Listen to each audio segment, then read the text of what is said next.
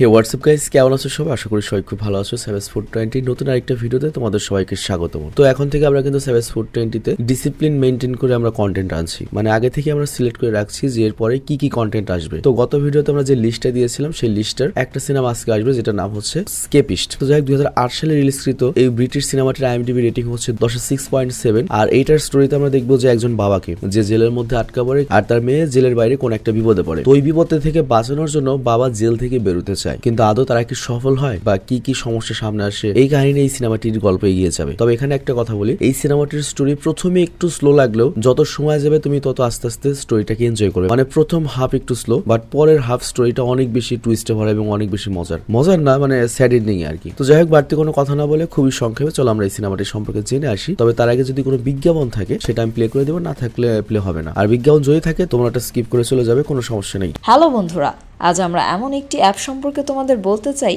যে অ্যাপটির official partner হচ্ছে PSG।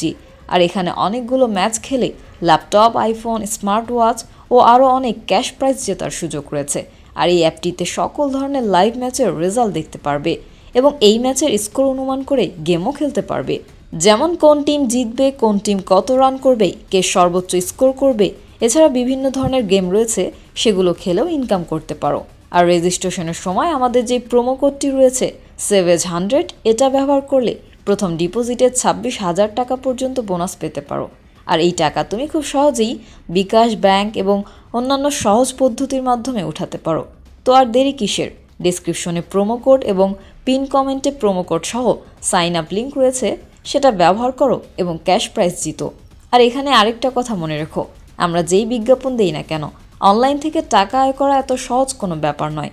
তোমরা কোনো আর্থিক ক্ষতির সম্ভাবনা রয়েছে এমন কোনো ওয়েবসাইটে যাবে না। তো বিজ্ঞাপন শেষে আমরা মূল ভিডিওতে চলে আসলাম। তো যেমন বলেছে, এই সিনেমার গল্পটা হচ্ছে এমন একজন লোকের যার যাবজ্জীবনের কারাদণ্ড হয়েছে, মানে তার জীবনের শেষ নিঃশ্বাস পর্যন্ত তাকে জেলেই থাকতে হবে এবং অলরেডি সে গত 10-12 বছর ধরে জেলেই রয়েছে। আর হয়তো সে কোনো মার্ডার কেসের চার্জ নিয়ে এখানে রয়েছে, কিন্তু এরপর সে কোনোভাবে জানতে পারে পৃথিবীতে তার একমাত্র যে মেয়েটা রয়েছে সে মেয়ে অনেক বিপদে রয়েছে। তো এই কারণে সে যে কোনো বলে জেল থেকে বেরোতে চায়। আর সিনেমার শুরুতে ন্যারেশন এই কথাটা বলে আমাদের যে দৃশ্যটা দেখানো হয়, সেখানে আমরা দেখি যে 4 জন কয়েদি জেল থেকে পালাচ্ছে এবং তারা একটা দেয়াল ভেঙে এবং তারপর ফ্লোরের মধ্যে টানেল করে সেখান দিয়ে পালাচ্ছে। আর সেখানে আমাদের একটা উলের ক্যাপ দেখানো হয়। আর এখানে যারা পালাচ্ছিল তারা কিন্তু খুশি ছিল না, তারা বারবার পেছনে তাকাচ্ছিল। কেন তাকাচ্ছিল? কোন জিনিসটা বা কাকে তারা পেছনে রেখে এসেছে? তো এই গল্পটা জানার জন্য আমাদের নিয়ে যাওয়া হচ্ছে ফ্ল্যাশব্যাকে, মানে আজ থেকে 15 দিন আগে। তো ওখানে আমরা দেখতে পাই জেলের ভিতরে অনেক কয়েদি রয়েছে, আর তাদের মধ্যে একজনের নাম হচ্ছে প্যারি, মানে সেই আমাদের এই সিনেমার মূল চরিত্র। আর প্যারিরই যাবজ্জীবনের কারাদণ্ড হয়েছে, মানে সে যতদিন বেঁচে রয়েছে কখনই জেল থেকে বেরোতে পারবে না, সারা জীবনে জেলেই কাটাতে হবে। ইভেন তাকে প্যারোলেও ছাড়া হবে না। প্যারোল মানে হচ্ছে তোমার যদি যাবজ্জীবনের কারাদণ্ড হয়, অনেক সময় তোমার জামিন নিয়ে বাইরে থাকা যায় 5-10 দিনের জন্য, ওইরকম একটা ব্যাপার। তো যাই হোক, এখানে প্যারির যে একটা রুমমেট ছিল তার 12 বছরের শাস্তি কমপ্লিট হয়ে গিয়েছে, এ কারণে সে এখান থেকে চলে যায়। আর তার বদলে নতুন একটা ইয়ং ছেলে আসে যার নাম হচ্ছে লেসি। তো এখন থেকে লেসি নামের এই ছেলেটাই ওর সাথে থাকবে। আর এখানে আমরা জানতে পারি প্যারি গত 14 বছর ধরে জেল খাটছে এবং 14 বছর ধরে সে তার মেয়ের সাথে চিঠিতে কথা বলে। আর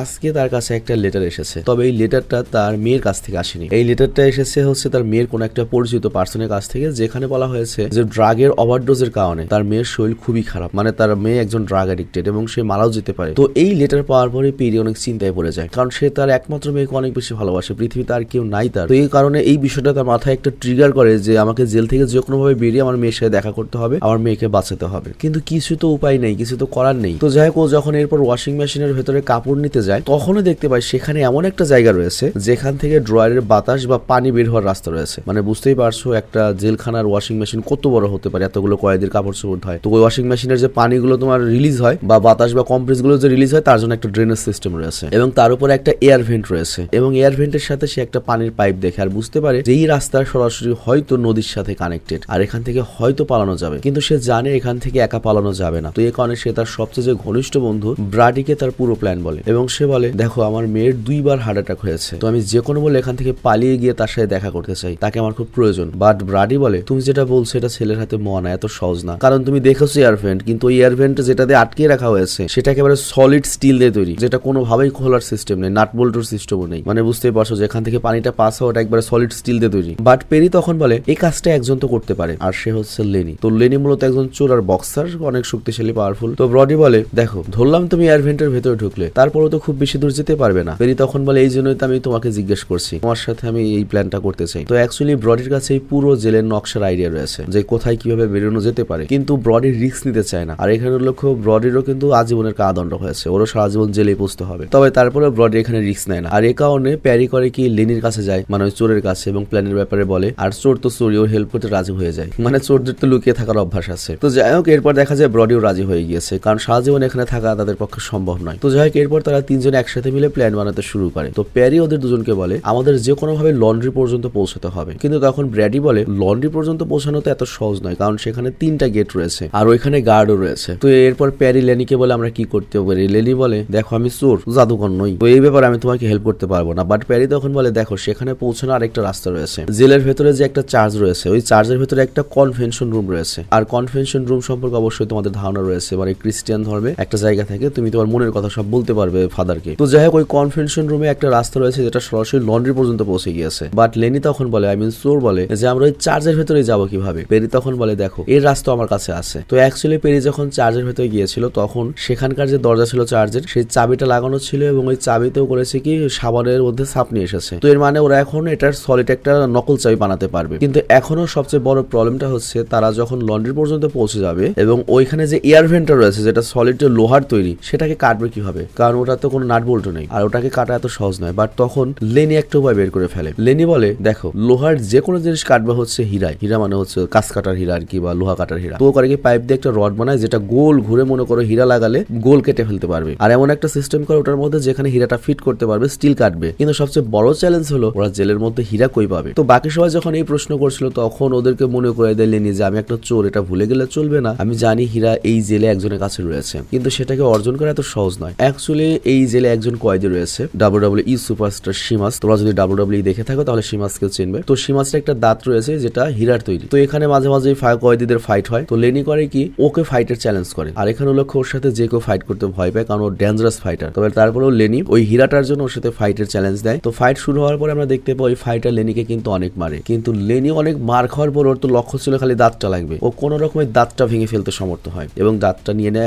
হীরাটা নিয়ে নেয়। আর তারপর লেনি করে ওই হীরাটা রডে ফিট করে ফেলে, যেটা দিয়ে সে ওই এয়ারভেন্ট বা ওই সলিড লোহাটা কাটবে। এখন বুঝতে না পারলে যখন কাটবে তখন বুঝতে পারবে যে কি কাটবে। তো যাই হোক তবে তার আগে তারা করে কি পুরো প্ল্যানটা আবারও ডিসকাস করে। তো সবার আগে তারা কি করবে, চার্জের ভিতরে যাবে, তারপর কনভেনশন রুম দিয়ে লন্ড্রি পর্যন্ত পৌঁছাবে। লন্ড্রি পর্যন্ত যাওয়ার পরে তারা এই হীরা দিয়ে এয়ারভেন্ট বা ওই লোহার ওই ছাদটা কাটবে, এবং সেখান দিয়ে এগিয়ে যাওয়ার পরে তারা ওই জায়গাতে যাবে যেখানে ড্রেনেজ সিস্টেম রয়েছে, এবং ড্রেন দিয়ে তারা করবে কি টানেল পর্যন্ত যাবে, আর টানেল দিয়ে তারা যাবে নদী পর্যন্ত। বাট তখন লেনি বলে আমি তো সাঁতার যাই না। ব্রডি তখন বলে তোমার সাঁতার জানার প্রয়োজন নেই, ওই নদীর ওখানে একটা বড় বাঁধ রয়েছে আর তার নিচে আরেকটা টানেল রয়েছে, এবং সেই টানেলটা সরাসরি রেল লাইনের সাথে কানেক্টেড, আর ওই রেল লাইন দিয়ে আমরা সরাসরি মেট্রো স্টেশনে পৌঁছাতে পারবো, আর তারপর ট্রেনে উঠে সেখান থেকে পালিয়ে যাবো। আর পেরি তখন বলে হ্যাঁ ঠিক বলেছো, আমরা মেট্রো স্টেশনের ভিড়ে যে কোথাও গায়েব হতে পারবো। তো ব্রডি তখন বলে আমি এটা করতে পারবো না, কারণ দেখো আমি বলি তোমাকে বোঝাই, ওখান দিয়ে ট্রেন আসবে 5টায়, আর 5টায় যখন ট্রেন আসে তখন রেলওয়ে ট্র্যাকে 630 ভোল্টের কারেন্ট ছেড়ে দেওয়া হয়, আর ওই কারেন্টেই ট্রেনটা চলে। তো আমরা যদি 5টার পরে ওখানে যাই আমরা সব ছাই হয়ে যাবো পুরে। তো ওখানে যদি আমাদের যেতে হয় 5টার আগে যেতে হবে। তো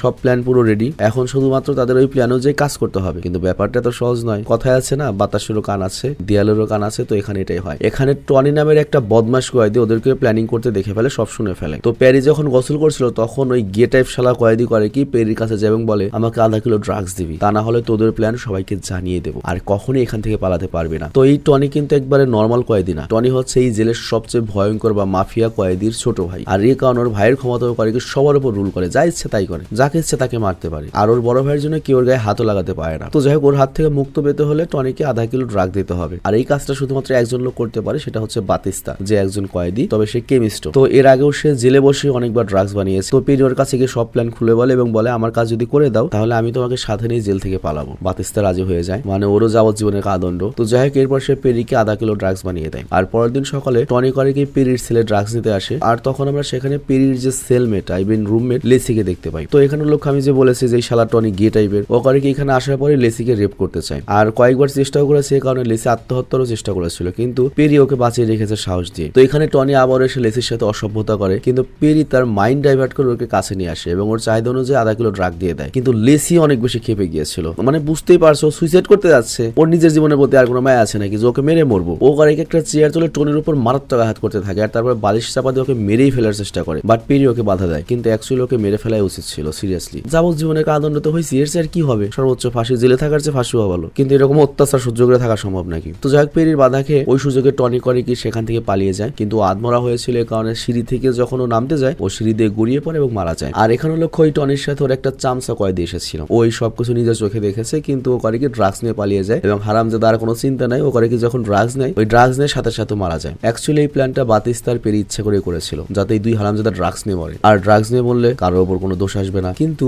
এই দিকে টনি যে মারা গেছে তখন টনির যে বড় ভাই রিজা সে করে কি পেরির কাছে আসে এবং সবকিছু জিজ্ঞাসা করে। তবে এখানে পেরি ওকে কিছু বলে না, কিন্তু ওই মুহূর্তে রিজা বলে তুমি যদি আমাকে সত্য না বলে তাহলে কিন্তু আমি তোমার মেয়েকে মেরে ফেলবো। আর এখানে লক্ষ্য পেরি জানে যে রিজা এটা জেলে বসে করতে পারবে, ও এরকম বড় লেভেলেরই মাফিয়া, তো এই কারণে ও সব সত্য বলে দেয়। আর এটা শোনার পরে রিজা বলে তুই ওই ছেলেকে লেসিকে আমার রুমে নিয়ে আসবি, ওকে আমি নিজের হাতে শাস্তি দেবো। পেরি বলে আচ্ছা ঠিক আছে। তো যাই হোক, এখানে পেরি বেশি ঝামেলা নেয় না কিসের জন্য, এর কারণটা হচ্ছে আজ করে এমনিতেও পালিয়ে যাবে আর কিছুক্ষণ পরে, তো ওর সাথে দেখা হওয়ার কোনো ঝামেলা করার কোনো প্রশ্নই নেই। বাট এরপর পেরি যখনই বাইরে যায় তখন ওর কাছে একটা গার্ড আসে আর সে পেরিকে বলে ভিজিটিং রুমে কেউ তোমার সাথে দেখা করতে এসেছে। তো এরপর পেরি যখন সেখানে যায় সে এমন একটা নিউজ পায় যেটা শোনার জন্য সে প্রস্তুত ছিল না। ওই মহিলাটা বলে তার মেয়ে মারা গিয়েছে। তো এই কথা শুনে পেরি পুরোপুরি ভেঙে পড়ে, মানে যার জন্য সে জেল থেকে পালাতে চাচ্ছে সেই মারা গিয়েছে। তো এখন আর বেঁচে থাকার বা জেল থেকে পালানোর আর কোনো উদ্দেশ্যই নেই। তো ও করে কি মনে দুঃখ নিয়ে ছেলে ফিরে আসে আর সেখানে লেসিও আসে আর সে লেসিকে বলে রিজা তার ছেলে তোর জন্য অপেক্ষা করছে আর সে চায় আমি যেন তোকে সেখানে নিয়ে যাই, তবে আমি তোকে সেখানে পাঠাবো না, তুই এক কাজ কর এই আমার মেয়ের ছবি এটা ব্রডিকে দিবি, আমার বন্ধুকে। লেসি বলে আমি কিছুই বুঝিনি। পেরি বলে তুই সবই বুঝতে পেরেছিস, আমি তোকে বুঝিয়ে বলছি, তুই এখান থেকে ওদের সাথে পালিয়ে যাবি। লেসি তখন পেরিকে জিজ্ঞাসা করে তুমি আমার জন্য এগুলো কেন করছো আর তুমি যাবে না? পেরি তখন বলে দেখ তোকে দেখলে আমার নিজের মেয়ের কথা মনে পড়ে, তুই আর আমার মেয়ে একই বয়সেরই হবি। আর অন্যদিকে আমাদের দেখানো হয় লেনি, বাতিস্টা আর ব্রডি তিনজনই চার্জের ভেতরে চলে গিয়েছে আর চার্জের ভেতরে যে কনভেনশন রুম ছিল সেখানে তারা ছিদ্র করে লন্ড্রির দিকে এগিয়েও যায় আর একটু পরে সেখানে লেসিও চলে আসে। তো ব্রডি লেসিকে দেখে অবাক হয়ে যায়, কারণ লেসি আসবে কেন, ও তো প্ল্যানে ছিলই না আসবে পেরি। তো তখন মারতে গিয়ে ওকে জিজ্ঞাসা করে পেরি কোথায়। লেসি তখন করে কি ভয় পেয়ে তাড়াতাড়ি পেরির মেয়ের ছবি দেখায় আর ব্রডি তখন বুঝতে পারে যে ওর বন্ধু পেরি লেসিকে পাঠিয়েছে, ওর বন্ধু হয়তো পালাবে না। তো এরপর তারা সেখানে খোদাই করে চারজনের নিচের দিকে ফ্লোরের দিকে ঢুকতে শুরু করে, কিন্তু তখনই পেরি সেখানে চলে আসে এবং সে করে কি ব্রডির পরে থাকা সে ক্যাপটা সেটা নিয়ে ছিদ্র দিয়ে ঢুকে যায় এবং তারা চারজন লন্ড্রির দরজার সামনে চলে আসে আর এরপর তারা তালা খুলে লন্ড্রির ভেতরে ঢুকে যায়। কিন্তু যদি তারা এখান থেকে এগিয়ে যেতে চায় তাদেরকে এখন এয়ার ভেন্টটা কাটতে হবে যেটা হচ্ছে সলিড লোহার তৈরি, কিন্তু এর জন্য লেনি বাস্তুর আগে থেকে একটা টুল বানিয়ে রেখেছিল হীরা দিয়ে। তো লেনি সেটা গোল করে কাটতে শুরু করে সকল শক্তি খাটিয়ে এবং অনেক কষ্টের পরে ফাইনালি সে ওই স্টিলের শীটটা কেটে ফেলতে পারে আর তারপর পাঁচজন সেখান দিয়ে এগিয়ে যেতে থাকে। কিন্তু কিছুক্ষণ যাওয়ার পরে তারা একটা গভীর কুয়া দেখতে পায় যেখানে ওপর থেকে পানি পড়ছে নিচে। তো এরপর করে নিচে নামতে শুরু করে আর তারপর তারা নিচে একটা এয়ার টাইট দরজা দেখতে পায় এবং সেটা অনেক কষ্ট করে খোলে আর ওটা খোলার পরে তারা মাটির নিচের একটা টানেলে পৌঁছায় আর মশাল জ্বালিয়ে সবাই এগিয়ে যেতে থাকে। কিন্তু এগোতে এগোতে হঠাৎ করে বাতিসটা একটা দেয়ালের সাথে ধাক্কা খায়, মানে সামনে দেয়াল রয়েছে এবং এর বাইরে বা এর সামনে তারা আর যেতে পারবে না, তারা সবাই এখানে খারাপ ভাবে ফেসে গিয়েছে। তো সবাই পুরোপুরি হতাশ হয়ে যায়। তো লেসি এখানে অতিরিক্ত ভয় পেয়ে ফ্রাস্ট্রেশনে শীত বলে ফেলে। তো এতে লেনি রেগে যায়, কারণ তুই শীত বলার কে, এত কষ্ট করে আমরা এ পর্যন্ত আসছি, তুই আমাদের শীত বলবি কেমনে, প্ল্যানে তো তুই ছিলিও না। তো ওকে যখন মারতে যায় তখন ওই ঘুষিটা লাগে হচ্ছে দেয়ালে আর তখনই দেয়ালের মাটিটা টুকরো হয়ে নিচে পড়ে যায় ভেঙে। আর তখন বুঝতে পারে এটা তো সিমেন্টের তৈরি না, এটা তো কাঁচা দেয়াল। তো এরপর ওদের কাছে যে লোহার রড ছিল সেটা দিয়ে দেয়াল খুঁড়তে শুরু করে এবং খুব দ্রুত সেখানে একটা গর্ত বানিয়ে ফেলে আর গর্ত বানানোর পরে ব্রডি করে কি সেটার ভেতরে গিয়ে দেয়ালে ধাক্কা দিতে থাকে। তো ব্রডি সবাইকে বের করে দেয় ঠিকই, কিন্তু লাস্টে যে ও থাকে ওর উপর অনেক মাটি পড়ে যায় এবং ও পুরোপুরি মাটি চাপা পড়ে যায়। তবে তারপর ওর অনেক কষ্টে ব্রডিকে বের করে আর তারপর তারা সবাই দেয়ালের অন্য সাইডে পৌঁছে যায়, কিন্তু ব্রডি মারাত্মক আহত হয়েছে। তো এই কারণে বাতিস্তকে কাঁধে করে এগিয়ে নিতে থাকে আর তারপর তারা একটা স্টেশনে পৌঁছে যায় যেটা অনেক বছর ধরে বন্ধ রয়েছে। কিন্তু এখানে তারা একটা ম্যাপ পায় আর ম্যাপ দেখে বুঝতে পারে তারা সঠিক রাস্তায় রয়েছে এবং এখন বাজে হচ্ছে 4টা। আগামী 1 ঘন্টার ভেতর তাদেরকে মেন স্টেশনে পৌঁছাতে হবে, কারণ 5টার সময় তো রেলওয়ে ট্র্যাকে কারেন্ট ছাড়া হবে আর ওটা এমন একটা ট্র্যাক আন্ডার ওয়াটার, মানে নদীর নিচ দিয়ে ট্র্যাক, যেখান দিয়ে যদি ট্রেন আসে বা কারেন্ট যদি ছাড়া হয় বাসার কোনো সিস্টেমই নেই। তো যাই হোক ওদের দ্রুত যেতে হবে, কিন্তু ব্রডিকে এখানে রেখেই যেতে হবে। এর কারণটা হচ্ছে ব্রডি মারা গিয়েছে। তো ব্রডিকে ওরা বেঞ্চে বসিয়ে সামনের দিকে এগিয়ে যায়, এবার তখনই দেখে যে কিছু গার্ডসরা ওদের পিছু করছে আর এরপর ওরা সবাই করে গিয়ে বাঁচার জন্য পানিতে লাফ দেয় এবং গার্ডসদের কাছে কোনো রকমে বেঁচে অন্য পারে পৌঁছায় আর পারে পৌঁছানোর পরে সেই ট্র্যাকের দিকে এগিয়ে যায়, যেখান দিয়ে তারা বের হতে পারবে। কিন্তু ওখানে যেতে যেতে হঠাৎ করে বাতিস্তার বা করে কি ট্রেনের লাইনে আটকে যায়, চিন্তা করো। আর তখন ওকে বাঁচাতে চলে যায় হচ্ছে লেনি চোর। অনেক চেষ্টা করে কিন্তু বাঁচাতে পারে না, ট্রেনটা চলে আসে, ওরা দুজনই মানা পড়ে, তখন ট্রেনের নিচে পড়ে। তো এখন বেঁচে রয়েছে দুজন, লেসি আর পেরি। ওরা দুজন সামনে সামনের দিকে এগিয়ে স্টেশনের প্ল্যাটফর্ম পর্যন্ত পৌঁছে যায়, তার মানে তারা এখন মুক্ত হয়ে গিয়েছে, তারা তাদের লক্ষ্যে পৌঁছে গিয়েছে। কিন্তু তখন আমরা পেরির পেটে একটা ক্ষত দেখতে পাই, কিন্তু এই ক্ষতটা কে করলো? হয়তো কোনোভাবে হয়েছে, বাট আমরা তো দেখিনি কে করেছে। আর তখনও লেসিকে বলে তুমি চলে যাও, তুমি আমার অপেক্ষা করো না, তোমার জীবন তুমি সাজাও, আমি মনে হয় তোমার সাথে জয়েন করতে পারছি না। তো লেসি সেখান থেকে দৌড়িয়ে বেরিয়ে যায়, আর পেরিয়েও নিজেকে মুক্ত হওয়ার স্বাদ নিতে নিতে আস্তে আস্তে এক্সকেলেটর দিয়ে উপরে উঠতে থাকে। কিন্তু সে যখনই উপরে ওঠে তখন তার আরেকটা ঝটকা লাগে, মনে হয় পেছন থেকে কেউ কাউকে মেরেছে, গুলি করেছে বা ছুরি মেরেছে। আর এরপর সেই সিনেমার আসল টুইস্ট আমরা দেখতে পাই, পেরি তো আসলে এখনো জেলেই রয়েছে। সে মূলত টনির ভাই রিজার সাথে ওর সেলের মধ্যে ছিল এবং ও লেসিকে সাথে নিয়ে যায়নি, ও একাই গিয়েছে। তো রিজা ওকে পেছন থেকে ছুরি ঢুকিয়ে দেয়। তো আসলে আমাদের পেরি জেল থেকে কখনো বেরি হয়নি এবং যে কাহিনী তখন আমরা দেখলাম এগুলোর মস্তিষ্কে হ্যালুসিনেশন করছিল। তবে বাকি 4 জন কয়েদি পালিয়ে গিয়েছে, পেরি কখনো পালায়নি, কারণ তার মেয়ে মারা গিয়েছে। আর এ কারণে তার পালানোর কোনো উদ্দেশ্যই ছিল না, বাইরের পৃথিবীতে তার যাওয়ার কোনো ইচ্ছাই ছিল না। তো এ কারণে সে নিজের বদলে লেসিকে সেখান থেকে পালাতে সাহায্য করেছে। আর এরপর কাহিনী সেখানে আসে যেখান থেকে কাহিনী শুরু হয়েছিল। তো আমরা দেখি 4 জন কয়েদি মেঝে ভেঙে টানেলে লাফ দেয় এবং সেখানে একটা উলের ক্যাপ ছিল, কিন্তু ব্রডি আবার উপরে আসে এবং উলের ক্যাপটা নিয়ে যায়। তার মানে ওরা 4 জনই বেঁচে যাবে। তো পেরি এখানে কেন প্রাণ দিল? তো পেরি এখানে এজন্যই প্রাণ দিয়েছে, ও তো এমনিতেই বুড়ো হয়ে গিয়েছে, ওর বেঁচে থাকার অবলম্বন নেই। ও মূলত ওর রুমে গিয়ে রিজাকে আটকালো এবং ও যেহেতু ছুরি খেয়েছে তাহলে কি হবে, পুরো জেলে একটা হাঙ্গামা বেজে যাবে, গার্ডরা সবাই ব্যস্ত হয়ে পড়বে এবং সবাই ওই দিকে খেয়াল রাখবে। আর এর ফলে যেটা হবে, ওরা পালানোর সুযোগ পাবে। আর এর জন্যই পেরি তার নিজের জীবন স্যাক্রিফাইস করেছে। তো যাই হোক, সিনেমার শেষে আমাদের দেখানো হয় পেরি তার জীবনের শেষ নিঃশ্বাস ত্যাগ করছে। আর তারপরে সে নদীর পাড়ে তার মেয়েকে দেখতে পায়, 14 বছর আগে যেরকম মেয়েকে রেখে এসেছিল সেই মেয়েটাকে দেখতে পায় এবং তার কাছে যায়। আর এই দৃশ্যটা দেখে আমরা বুঝতে পারি যে এটা হয়তো এই পৃথিবীর দৃশ্য না, এটা হয়তো পরপরের দৃশ্য, যেখানে ওর মেয়ে গিয়েছে সেখানে পেরিও চলে গেল এবং সেখানে গিয়ে তাদের দেখা হয়েছে। তো যাই হোক, আমি জানি না সিনেমা তোমাদের কাছে কেমন লেগেছে, বাট আমার কাছে খুব বেশি খারাপ লাগে নাই। প্রথম হাফের চেয়ে সেকেন্ড হাফটা অনেক বেশি ইন্টারেস্টিং ছিল। তো যাই হোক, আজকে আমরা এই সিনেমা দেখলাম। আগামী পরশুদিন আমরা দেখবো হচ্ছে the life of David girl, এবং আমি আশা করছি the life of David girl সিনেমাটি তোমাদের অনেক পছন্দ হবে এবং এটার স্টোরি লাইন এত স্ট্রং যে এটার IMDb রেট কিন্তু 10-এ 7.5। আর ডেভিড গার্লের পরে আমরা দেখবো হচ্ছে দ্বিতীয় বিশ্বযুদ্ধ নিয়ে নির্মিত one of the best cinema the pianist. তারপর আমরা দেখবো হচ্ছে স্টিফেন হকিংস এর জীবনী নিয়ে নির্মিত দ্য থিওরি অফ এভরিথিং সিনেমাটি। তারপর দেখবো হচ্ছে ব্র্যাড পিটের দ্য ট্রি অফ লাইফ সিনেমাটি। আর এটাও কিন্তু একটা অসাধারণ সিনেমা, আর এটার IMDb রেটিং হচ্ছে 10-এ 7। আর এরপরে থাকবে হচ্ছে 3টা রোমান্টিক সিনেমা। প্রথমটা হচ্ছে I want to it your pancreas নাকি কি, তারপরে থাকবে হচ্ছে লাভ মাই সেন্ট, এবং এরপর থাকবে হচ্ছে একটা কোরিয়ান ড্রামা। 8 পর্বের পুরো ড্রামাটা আমরা এক ভিডিওতে শেষ করবো, যেটার কোরিয়ান নাম হচ্ছে মোটরকারের রিট্রাই, কিন্তু ইংরেজি অনুবাদ করলে দাঁড়ায় মোটর বয়ফ্রেন্ড রিট্রাই। আমি জানি না এটা এর নাম কিসের জন্য দিয়েছে, আমরা সিনেমাটা দেখলে বুঝতে পারবো যে আসলে কাহিনী কি। তো যাই হোক, আমি আশা করছি আমাদের যে নতুন সিস্টেমটা, যে শিডিউল বেসড আমরা যে কন্টেন্ট গুলো ডালা শুরু করেছি, এগুলো তোমরা পছন্দ করছো, মানে আগে থেকে তুমি জানতে পারছো কি কি সিনেমা দেখতে চলেছো ভবিষ্যতে। তো আমি আজকের মতো বিদায় নিবো, বাট যাওয়ার আগে আমি একটা ছোট্ট আমাদের র্যান্ডম স্টোরের বিজ্ঞাপন প্লে করে যাচ্ছি। আমি রিকোয়েস্ট করবো বিজ্ঞাপনটা একটু দেখার জন্য। সো গাইস, কেমন আছো সব? আশা করি সবাই খুব ভালো আছো। তোমরা দেখতে পাচ্ছ আমরা ভেনম হুডি পরে রয়েছি এবং এই হুডিটা হচ্ছে আমাদের র্যান্ডম স্টোরে এই পর্যন্ত সবচেয়ে বহুল অর্ডারকৃত হুডি, মানে সবচেয়ে পপুলার হুডি আর কি। তো দেখতে পাচ্ছ আমাদের অবশ্যই ভালো দেখাচ্ছে। তো এটা হচ্ছে হুডি ভেনম, আর পিছনের ডিজাইনটা হচ্ছে এটা। বাট তুমি চাইলে এটা কাস্টমাইজ করে নিতে পারো। ধরো তোমার ব্ল্যাকই লাগবে, বাট তুমি ডিজাইনটা অন্যটা চাচ্ছ, ভেনমের বদলে তুমি চাচ্ছ হচ্ছে সুকুনা, তুমি চাচ্ছ হচ্ছে কি বলো মিয়া খলিফা, তুমি সেটাও নিতে পারবে, এটা তোমার উইশ। এবং এখানে তুমি মিয়া খলিফা লিখতে পারো এবং চাইলে এখানে তুমি ওর ছবিও দিতে পারো, এটা তোমার ব্যক্তিগত ব্যাপার। তবে মানে আমাদের এখান থেকে কাস্টমাইজ করার সুবিধা তোমার থাকছে।